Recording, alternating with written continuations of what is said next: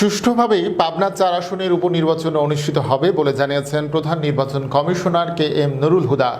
তিনি বলেন, পাবনা ৪ আসনের উপনির্বাচন অবাধ, নিরপেক্ষ ও শান্তিপূর্ণ করতে গণপ্রতিনিধিত্ব অধ্যাদেশ অনুযায়ী সব ব্যবস্থা নেবে কমিশন। ভোটের দিন সকালে ভোট কেন্দ্রে যাবে ব্যালট পেপার। প্রধান নির্বাচন কমিশনার আরও বলেন, গণতান্ত্রিক ধারাবাহিকতা রক্ষার সাংবিধানিক বাধ্যবাধকতায় করোনাকালে নির্বাচন করছে কমিশন। আগামী ২৬ সেপ্টেম্বর পাবনা ৪ আসনের উপনির্বাচন স্বাস্থ্যবিধি মেনে অনুষ্ঠিত হবে। প্রার্থীদের নির্বাচনী আচরণ বিধি মেনে শান্তিপূর্ণ পরিবেশ বজায় রাখতে দায়িত্বশীল আচরণের আহ্বান জানান তিনি। পাবনা ৪ আসনের নির্বাচন কমিশন, জেলা প্রশাসন, আইনশৃঙ্খলা বাহিনী ও নির্বাচনের সঙ্গে সংশ্লিষ্টদের নিয়ে একটি অবাধ, সুষ্ঠু ও নিরপেক্ষ নির্বাচন উপহার দেবে বলে জানান তিনি।